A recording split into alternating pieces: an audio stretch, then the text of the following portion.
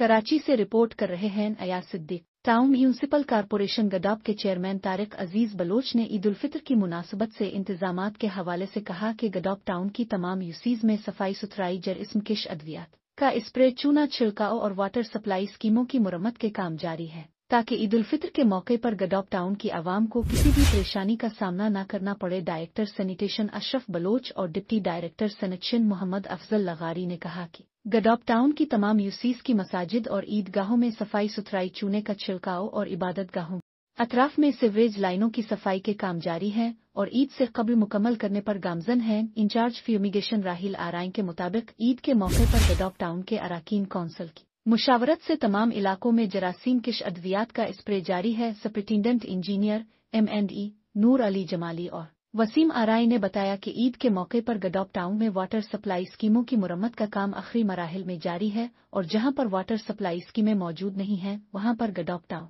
के water tankers के जरिए पानी सप्लाई